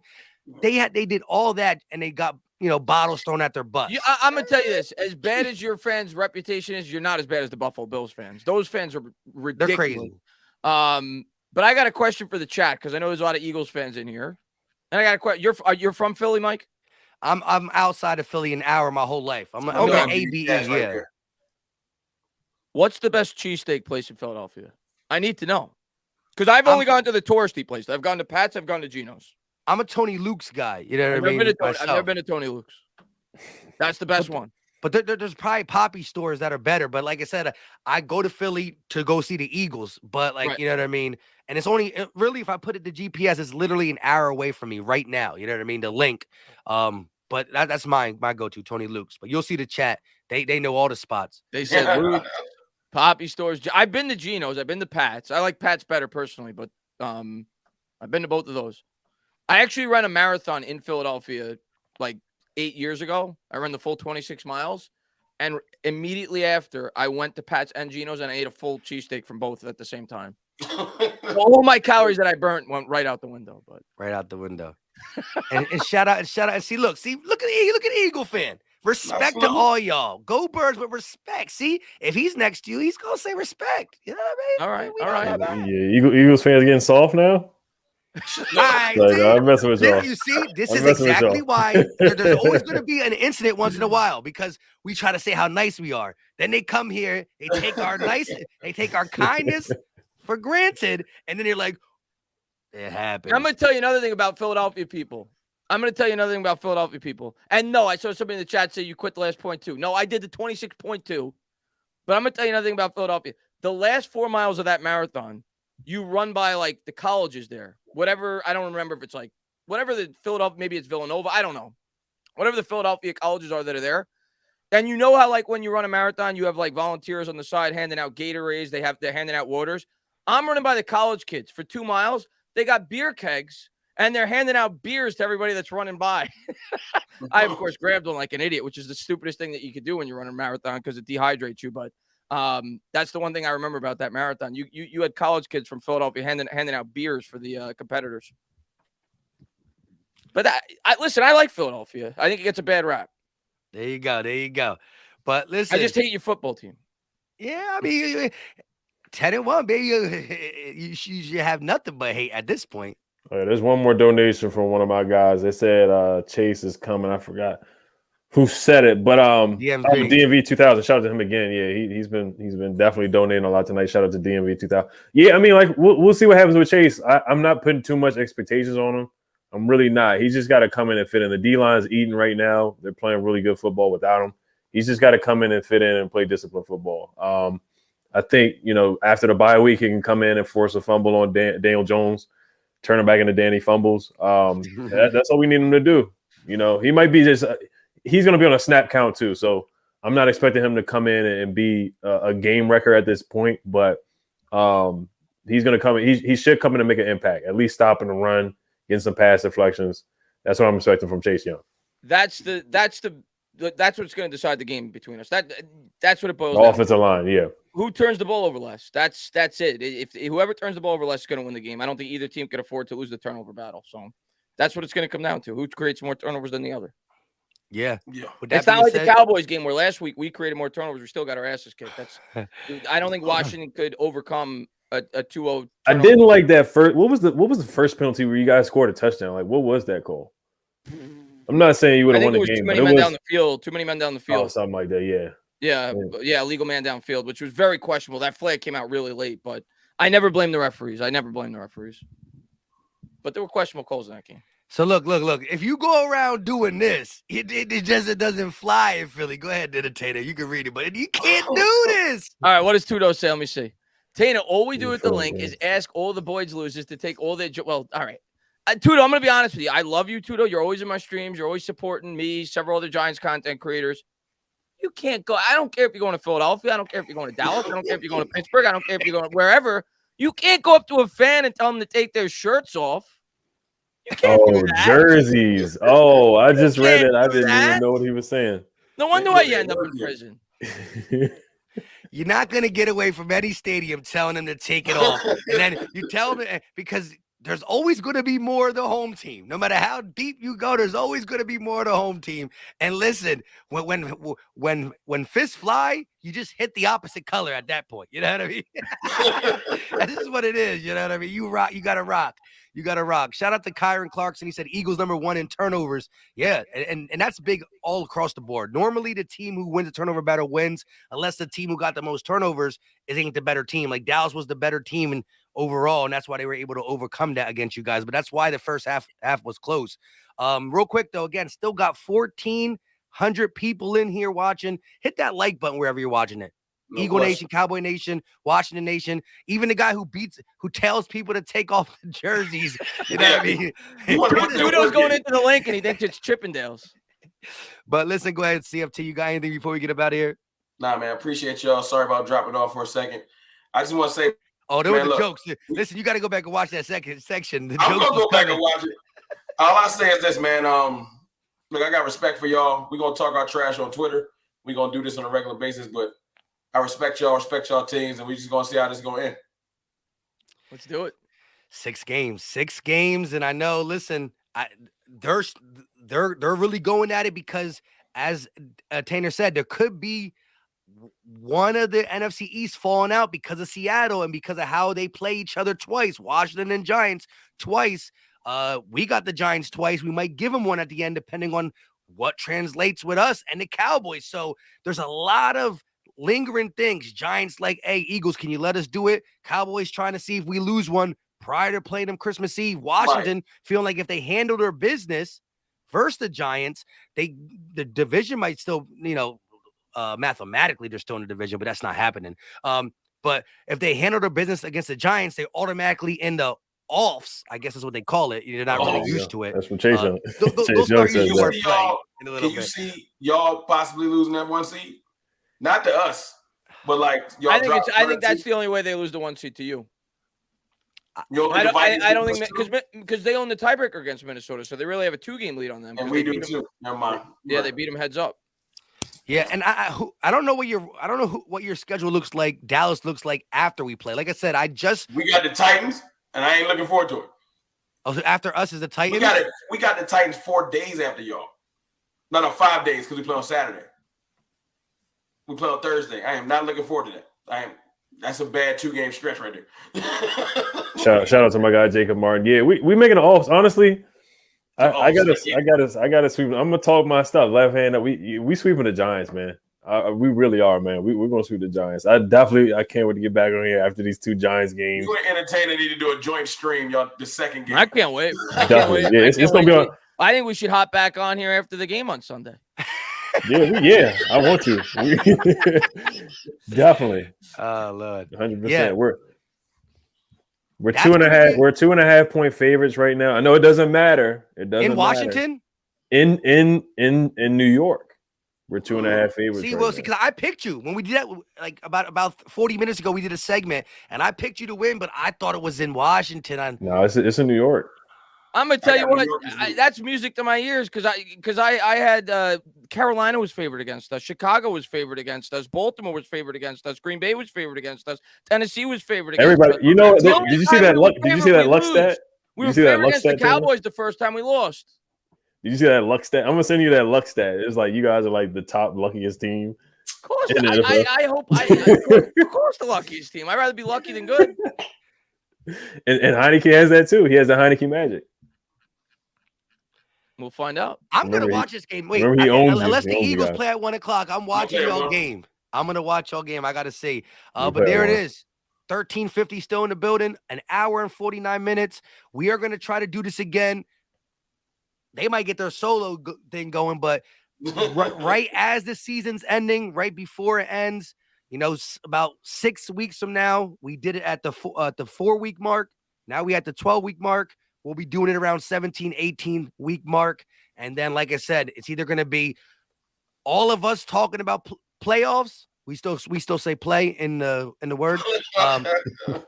But maybe one of these two might be like, you know what, I might not be able to make it. I might have to take that. We're not talking about offs. We talking about off, like off season starting. Off season. Hopefully not. Hopefully we're all playing meaningful football the last couple of weeks. But I think we will be. I think we will be. All right. Because I think we're beating your ass this weekend. You don't believe that. You don't believe that at all. This is funny, man. Love it. Until next time, y'all know what time it is. We are out. Who gets the last